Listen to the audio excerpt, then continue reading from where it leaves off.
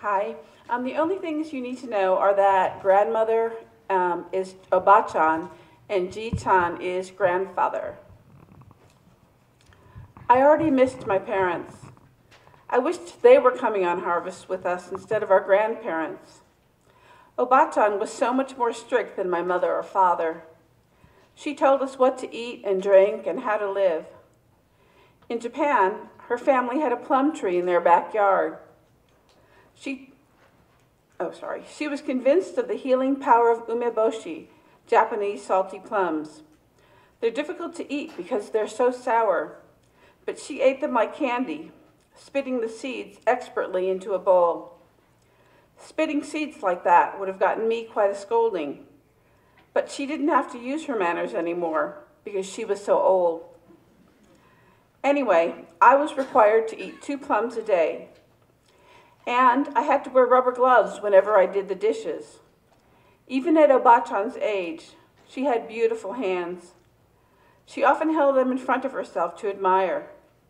The gloves made my hands sweaty, but if she caught me with no gloves, she would say, "Even if I ugly fish for face, someone marry me for my hands." But you had an arranged marriage, I once pointed out. No talk back or I ground you. The night before we left for harvest, my brother Jazz was really excited as we lay in bed. He had the bunk above mine.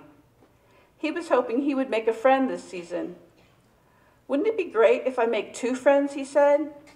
"That would be cool," I answered. "What if I make 3? I've never had 3 friends at the same time before." Actually, he'd never had 2 friends at the same time either. One good thing about going on harvest for a few months is that there were always other kids around who belonged to drivers, custom harvesters, or farmers. I had made friends I became pen pals with, and even Jazz had made a friend one year, a boy as focused and intense as he was.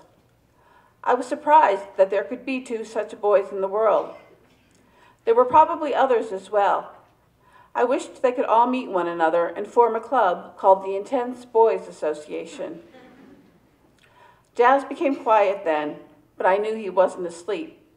He was thinking about these 3 imaginary friends. I hoped he did make 3, I really did.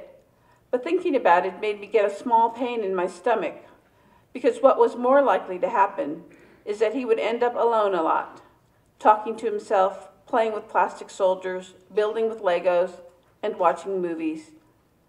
If you bothered him while he was playing with his soldiers, he might fly into a rage.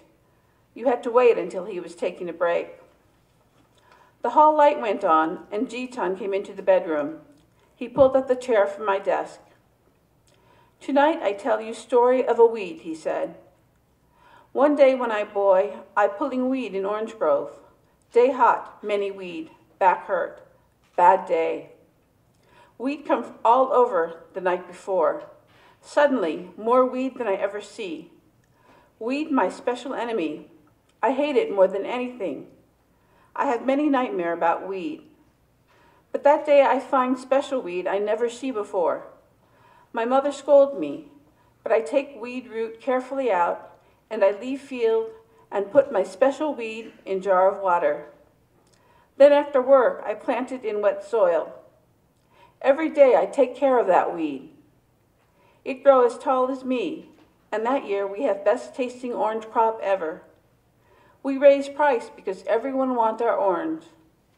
So I want you to remember, always keep eye open for special weed.